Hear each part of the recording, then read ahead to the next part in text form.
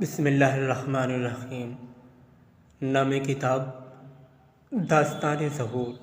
کعبے کے پاس کیا ہو رہا ہے؟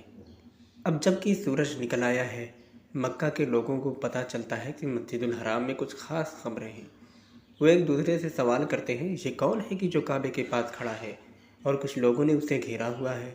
اس دوران ہر جگہ آواز آتی ہے، غور سے سنو، یہ جبرائیل علیہ السلام کی آواز ہے۔ اے لوگو، یہ مہدی آل محمد ہیں، ان کی پیروی کرو۔ تمام لوگ اس آواز کو سنتے ہیں۔ عجیب یہ ہے کہ ہر کوئی اس آواز کو اپنی زبان میں سنتا ہے۔ اگر عرب ہے تو عربی میں، اگر فارس ہے تو فارسی میں، اگر پاکستانی ہے تو اردو میں۔ جب لوگ اس آواز کو سنتے ہیں تو ایک دوسرے سے ظہور کے بارے میں بات کرتے ہیں اور سمجھ جاتے ہیں کہ خدا کا وعدہ پورا ہو گیا ہے۔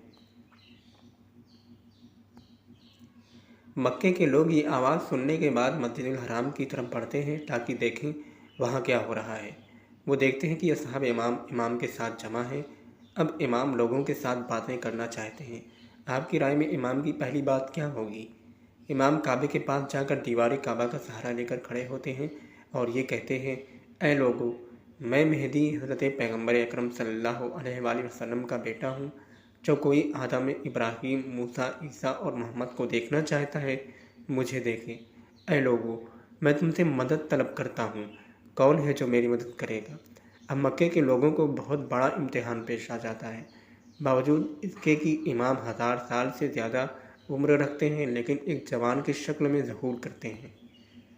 مکے کے لوگ شک و تردید میں ہیں۔ کچھ لوگ یقین نہیں کرتے کہ یہ وہی مہدی ہیں۔ وہ چالاکی کرتے ہیں اور فیصلہ کرتے ہیں کہ امام کو قتل کر دیں، لیکن بھول گئے ہیں کہ امام کے کتنے باوفا اصحاب ہیں جنہوں نے عہد کیا ہے کہ آخری سانس تک امام کا دفاع کریں گے۔ جب لوگ دیکھتے ہیں کہ امام کے اصحاب دفاع کے لیے تیار ہیں تو پشیمان ہو جاتے ہیں اور مسجد الحرام کو ترک کر دیتے ہیں۔